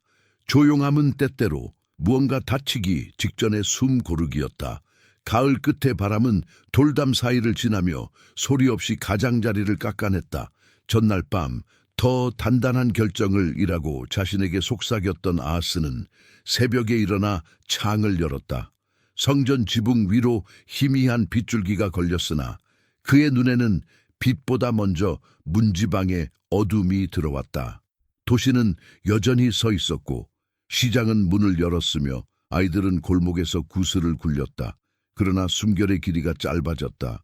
사람들은 한 번에 길게 웃지 못했고 오래 서서 이야기하지도 못했다. 말의 끝마다 계산이 붙었다. 그날 아침 궁정은 장부와 규정들로 탁자를 덮었다. 조공의 날짜를 맞추기 위해 곡식 창고의 문이 열리고 닫혔고 성벽 보수비는 다음 철로 미뤄졌다. 한 줄을 덜어 다른 줄을 채우는 식의 버팀, 종례에 가까워지자 아하스는 한 장의 명을 써 내려갔다. 성전의 문을 닫는다. 사유는 간단했다. 혼탁을 줄이고 낭비를 막기 위하여. 말은 깔끔했다. 제사장들이 목젖을 다물었다. 노래하던 이들의 악기가 천에 쌓여 창고 구석으로 옮겨졌다. 아침과 저녁을 구분하던 노래의 호흡이 그날로 멎었다. 성전의 계단은 햇빛만 받는 돌이 되었고 마당의 먼지는 잘 정돈된 침묵으로 덮였다. 문이 닫히자 골목의 불빛이 더 많아졌다. 교차로마다 낮은 제단이 생겼고 집집마다 향로의 자리와 방향이 다시 정해졌다. 모퉁이의 돌이 부드럽게 다듬어졌고 금속판이 얇은 태처럼 둘렸다. 사람들은 저녁마다 그 앞에 빵 한 조각과 기름 한 사발을 올려놓고 아이들의 이름을 불렀다. 집안의 평안이 먼저다. 이 문장은 더 이상 변론이 아니었다. 생존의 문법이 되었다. 아하스는 그 문법에 맞게 도시를 배치했다. 중앙에 무거운 문을 닫고 가장자리의 숨구멍을 열라. 그는 그렇게 믿었다. 바람을 적으로 만들지 말라. 바람이 다닐 길을 만들어 주어야 한다. 그러나 길은 늘 값을 청구한다. 골목의 재단이 많아질수록 서원과 거래가 한 장부에 얽혔다. 성문 곁 재판에서는 두 사람이 서로 다른 제단의 이름으로 맹세했고 증인은 두 손을 들고 어디를 보아야 할지 잠시 망설였다. 장정들은 창끝을 가는 시간보다 재물의 순서를 맞추는 시간에 더 익숙해졌고 어머니들은 저녁에 이웃의 제단과 시간대를 겹치지 않게 돌아다녔다. 질서라는 단어가 더 자주 입에 올랐지만 그 질서가 누구의 얼굴을 닮았는지 말하는 이는 적었다. 궁정의 회랑에선 성전 기물의 재배치가 이어졌다. 노바다는 이동을 기다리며 받침의 못이 뽑혔고 물두멍과 통로의 방향이 바뀌었다. 새 제단의 그림자에 맞춰 차양이 눕고 동선이 다시 그려졌다. 아하스는 마당 한가운데 서서 두 제단 사이의 간격을 눈으로 재곤했다. 소리도 형태를 따른다. 북과 피리의 리듬은 다른 각도에서 울렸다. 문이 닫힌 성전의 담장 안쪽은 바람이 덜 들었고 담장 바깥의 골목은 바람이 더 자주 드나들었다. 연기 기둥들이 모서리마다 올랐다. 도시는 둘의 호흡으로 살아가는 듯 보였다. 계절이 한 번 바뀌자 피로는 도성의 말투에 묻어났다. 상인들은 내일이라는 말을 아꼈고 장인은 손에 쥔 망치의 무게를 더 자주 뒤바꿔 들었다. 전령들이 들여오는 기록에는 변방의 상흔이 간단히 요약되었다. 남쪽 소요, 서쪽 침탈, 북쪽 충돌. 수로는 여전히 물을 올렸으나 물의 온기에서 오래 서 있던 불안이 배어나왔다. 아하스는 도면을 다시 펼쳤다. 선과 각, 배수의 홈. 형태는 또다시 그에게 위안을 주었다. 그는 질서의 선들을 더 진하게 그렸다. 도시는 형태대로 산다. 그의 방 앞 회랑의 그늘에서 한 젊은이가 조용히 서 있었다. 아버지의 걸음을 멀찍이 따라다니며 닫힌 문과 열린 골목을 같은 눈으로 바라보던 아들. 그는 말이 적었고 표정은 더 적었다. 어느 날 성전 계단 앞에서 그가 조심스럽게 물었다. 왜 문을 닫으셨습니까? 아하스는 오래 생각한 끝에 짧게 답했다. 흩어지지 않기 위해. 젊은이는 고개를 끄덕였지만 눈동자는 담장 너머의 고요를 오래 붙잡았다. 그 눈빛은 누군가의 말처럼 길게 울리지 않고 돌에 새겨지는 선처럼 조용히 남았다. 아하스는 그 눈빛을 읽다가 시선을 거두었다. 아직은 내일의 질문이었다. 조공의 수레가 성문을 나설 때마다 바퀴 자국이 같은 깊이로 흙을 눌렀다. 사람들은 그 깊이를 눈금처럼 외웠다. 이번엔 조금 더 깊구나. 계절마다 명단은 한 줄씩 늘었고 금판과 은괴가 줄어든 자리에는 비용의 언어가 앉았다. 안전의 대가, 편곤의 세, 질서의 값. 말이 정리되자 마음은 더 피곤해졌다. 숨은 여전히 오르내렸지만 들숨과 날숨의 간격이 자주 흐트러졌다. 어느 날 도성의 공기가 기묘하게 맑아진 아침, 아하스는 혼자 성전 담장 아래를 걸었다. 닫힌 문이 햇빛을 받아 얇은 금을 씌운 듯 반짝였다. 손을 대면 돌의 차가움이 바로 뼈로 전해질 것 같아 그는 손을 대지 않았다. 담장 옆에서 아이들이 씨앗을 땅에 묻고 있었다. 아이들 중 하나가 물었다. 여기 열리면 노래가 나와요? 다른 아이가 대신 대답했다.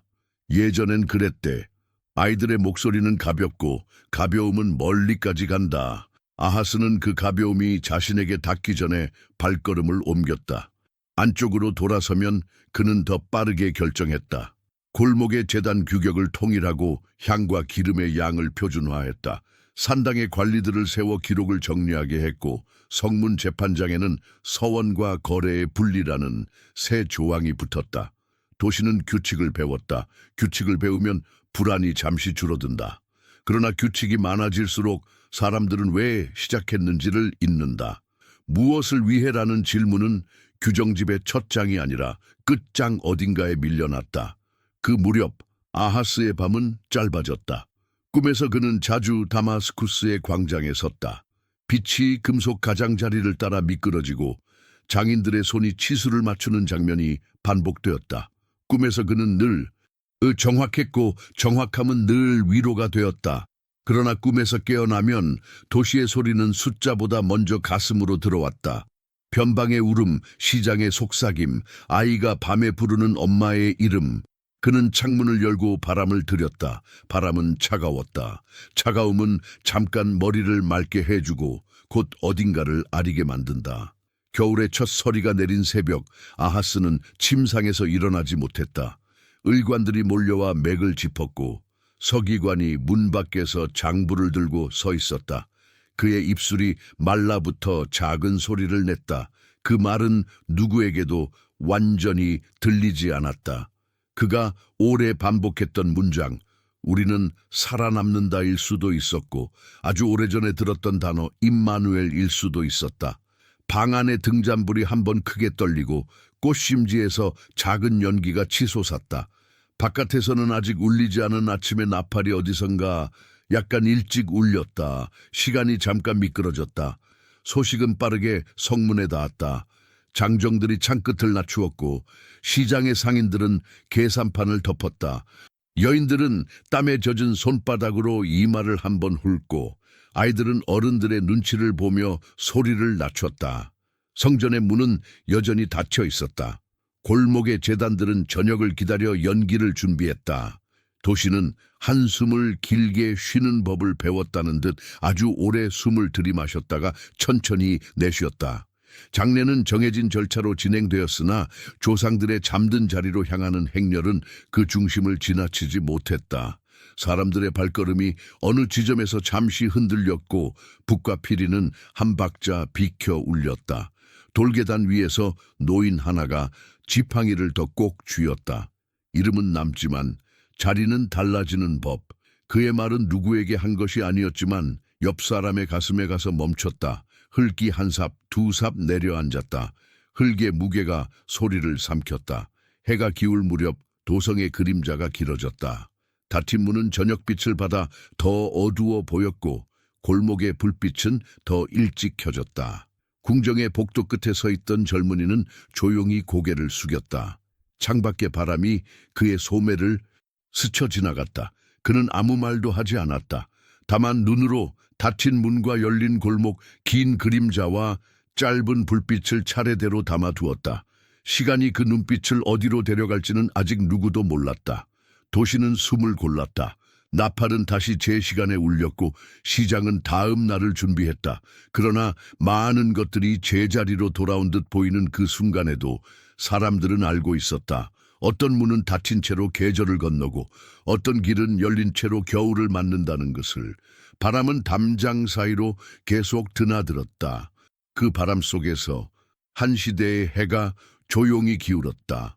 다음 장에서 전환과 유산 닫힌 문이 남긴 흔적 위에서 무엇을 이어받고 무엇을 내려놓아야 하는지에 대한 마지막 응시, 장래의 흙이 가라앉고 도시는 조용히 다음 날을 맞았다. 북과 피리가 멈춘 자리에 상점의 문짝들이 차례로 열렸고 물깃는 여인들의 항아리에서 맑은 소리가 났다. 그러나 소리의 결이 달라져 있었다.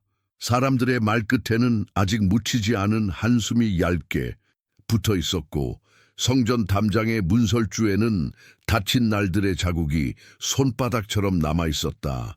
골목마다 작은 불빛은 어김없이 켜졌지만 불빛을 올리는 손동작이 예전보다 느려졌다. 이름을 부르던 입술은 여전히 움직였으나 어떤 이름은 주저했고 어떤 이름은 더욱 단단해졌다. 한 시대가 저물고 다음 시대의 첫 호흡이 속살에서부터 새우며 나오고 있었다. 왕궁의 회랑은 한동안 발소리가 적었다. 절차는 정해진 대로 움직였고 서기관의 잉크는 기한을 지켰다. 그러나 종이 위에 새로 쓰이는 이름이 의미하는 무게를 누구도 단번에 가늠하지 못했다.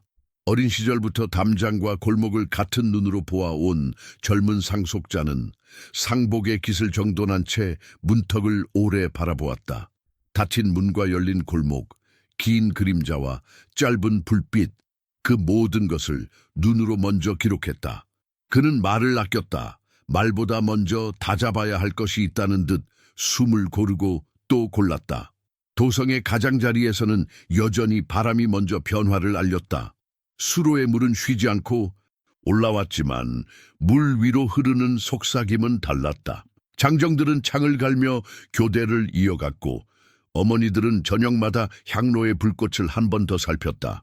재판석에선 서원과 거래가 같은 줄에 적히지 않도록 분리하는 표식이 추가로 붙었으나 사람들의 마음은 표식보다 느리게 갈라졌다. 누구는 안전의 값을 당연한 것으로 여겼고 누구는 값의 이름을 외우지 않으려 했다. 같은 골목, 다른 심장박동, 그리고 그 한복판에서 도시는 버티는 법을 배우고 있었다. 성전 담장 아래에서는 계절이 한 번 더 바뀌었다. 새벽빛이 담장에 부딪혀 반사되는 각도, 그림자의 길이가 하루가 다르게 변했다. 아이들은 씨앗을 묻던 자리를 다시 밟아보았고 노인은 지팡이를 더 꼭 쥐었다. 문은 여전히 닫힌 채로 겨울을 넘길 태세였으나 담장 위를 지나는 바람의 결은 미세하게 달라졌다. 어떤 날 바람은 마당 쪽에서 언덕 쪽으로, 또 어떤 날에는 언덕에서 마당으로 길을 틀었다. 보이지 않는 길의 바뀜을 알아채는 이들은 많지 않았으나 오래 듣는 귀를 가진 이들은 속으로 고개를 들었다. 무언가 끝나고 무언가 시작된다. 사람들은 자연스레 지난 날들을 저울질했다. 큰 나라의 그늘 아래에서 어둠 밤의 평안, 계절마다 내어 놓아야 했던 대가, 성전의 문이 닫히며 골목으로 퍼져나간 작은 제단의 빛, 그리고 그 불빛 사이를 건너야 했던 어린이들의 그림자.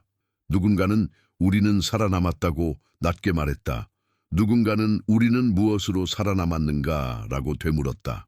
두 문장은 같은 방 안에 함께 머물렀고 밤이 깊을수록 서로의 어깨를 조심스레 붙잡았다. 그 무렵 한 노장의 기억이 장터 끝 벤치에서 조용히 흘러나왔다. 윗못 수로 끝, 세탁자의 밭 큰 길. 그의 말은 한쪽으로 기울지 않는 외줄 같았다. 그곳에서 어떤 아이의 손이 더 꼭 잡히던 날이 있었지. 남은 자가 돌아오리라. 그 이름이 바람을 붙잡았고 또 다른 이름이 그 바람 가운데 낮게 놓였지. 임마누엘, 하나님이 우리와 함께 계시다. 노인은 말을 길게, 느리지 않았다. 다만 입술 사이로 그 이름들을 한 번 더 굴렸다. 곁에 앉아있던 젊은이는 말없이 고개를 숙였다. 이름은 때때로 문보다 먼저 열리거나 닫힌다. 골목의 불빛 아래에서 사람들은 작은 결심들을 모았다. 어떤 이는 장부의 첫 줄을 바꾸었다. 효험이라는 낱말 대신 신실함이라는 낱말을 적어 넣었다. 어떤 이는 아이의 잠든 이마에 손을 얹어 오래 묵상했다. 무엇이 집을 지키는가, 무엇이 마음을 붙드는가. 다른 이는 담장 곁을 서성이다가 닫힌 문 앞에서 오래 서 있었다. 문은 움직이지 않았으나 문을 바라보는 어깨의 높이가 천천히 달라졌다. 기다림이 사람을 세운다. 기다림이 길을 닦는다. 기다림은 헛되지 않다. 이 말은 아직 소리나게 선언되지 않았지만 마음의 안쪽에서 천천히 자리를 잡았다. 왕궁의 조용한 방에서는 새로운 손이 장부를 넘기며 오래 멈추었다. 숫자와 규정 사이, 가장자리의 상흔과 중심의 침묵 사이를 오가던 눈이 어느 지점에서 더 오래 머물렀다. 문이라는 글자, 노래라는 글자, 깨끗함이라는 글자. 글자들은 지시문처럼 나열되지 않았고 기도처럼 흩어졌다. 밤이 더 깊어지기 직전 한 사람이 창을 열어 바람을 들였다. 차가운 공기가 방 안의 등잔불을 잠깐 떨리게 했다. 떨림이 잦아들자 숨이 길어졌다. 길어진 숨은 눈빛의 방향을 정돈했다. 사람은 먼저 바라보는 곳으로 걸어간다. 그 사이에도 도시는 움직였다. 장정들은 성문을 지키며 새벽에 첫 나팔을 연습했고 장인들은 받침의 못을 다시 박을 때 사용할 망치를 정비했다. 상인들은 저울의 중심줄을 닦아올리고 농부는 씨앗을 손바닥에 올려 무게를 느꼈다. 모든 손이 다음을 준비했다. 다음이 정확히 무엇인지 모를수록 손은 더 묵직해진다. 사람들은 돌을 쌓고 문지방을 닦고 길에 떨어진 나뭇가지를 치웠다. 기다림의 모양은 다양하지만 그 모든 모양의 바닥에는 같은 단어가 깔려 있었다. 돌아옴, 돌이킴, 회복. 이러한 움직임 속에서 지난 시대가 남긴 유산은 두 가지 얼굴을 동시에 드러냈다. 하나는 견고한 것, 성벽이 여전히 서 있고 수로가 여전히 물을 올리며 사람들의 손이 여전히 하루를 만든다는 사실. 다른 하나는 부서지기 쉬운 것, 중심이 바뀌면 마음이 흔들리고 형태가 변하면 말의 결이 바뀌는 연약함. 두 얼굴은 서로를 비추었다. 그리고 그 사이에서 한 세대가 스스로 묻기 시작했다. 우리는 누구의 얼굴을 보고 살 것인가? 우리의 문은 어디에서 열리고 닫히는가? 우리의 재단은 무엇을 중심으로 세워져 있는가? 밤이 깊어 골목의 불빛이 하나둘 꺼질 무렵 성전 담장 위를 세우치는 바람이 길게 울었다. 그 바람은 오래된 약속의 말씀을 떠올리게 했다. 보이지 않는 손이 도성을 지키셨던 날들, 광야의 구름 기둥과 불기둥, 두려움의 밤마다 들려오던 낮고 분명한 위로. 그 위로는 사람의 이름이 아니라 하나님의 이름으로 왔다. 임마누엘. 사람들의 손이 등잔불을 덮어도 그 이름은 꺼지지 않았다. 어둠은 매번 같지 않았으나 빛의 성품도 매번 같았다. 이제 도시는 전환의 문턱에 섰다. 닫힌 문은 닫힌 날들의 교훈을 몸에 지니고 있었고 열릴 문은 열릴 날들의 약속을 가슴에 품고 있었다. 한 세대가 남긴 상흔과 배움이 다음 세대의 결심 위로 겹겹이 포개졌다. 사람들은 완전한 해답을 갖지 못한 채로도 옳은 방향으로 고개를 든다. 마음에 남아있던 얇은 두려움이 아주 조금씩 자리를 비켜준다. 새벽은 언제나 그렇듯 어둠이 가장 짙을 때 시작된다. 이 이야기가 끝나는 자리에서 화면 앞에 당신께 조용히 묻고 싶습니다. 우리의 시대도 예루살렘처럼 소리 없이 가장자리부터 흔들립니다. 안전의 값, 평온의 새, 질서의 비용, 그 단어들이 일상을 점령할 때 우리는 무엇을 중심으로 붙들고 있습니까? 닫힌 문 앞에서 오래 선 적이 있습니까? 골목의 불빛처럼 작고 가벼운 위로의 마음을 맡긴 적이 있습니까? 그리고 한밤중 아무도 보지 않는 자리에서 당신의 입술이 부르는 이름은 누구입니까?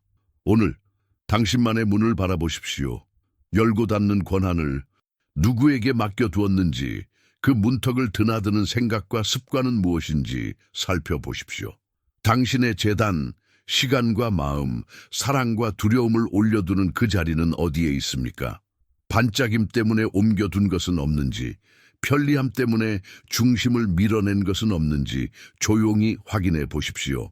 그리고 깊은 곳에서 들려오는 낮은 음성에 귀를 기울이십시오. 임마누엘, 하나님이 우리와 함께 계시다. 이 이름을 마음의 안쪽에 다시 세우십시오. 문은 그 이름 앞에서 열리고 재단은 그 이름 위에서 곧게 섭니다.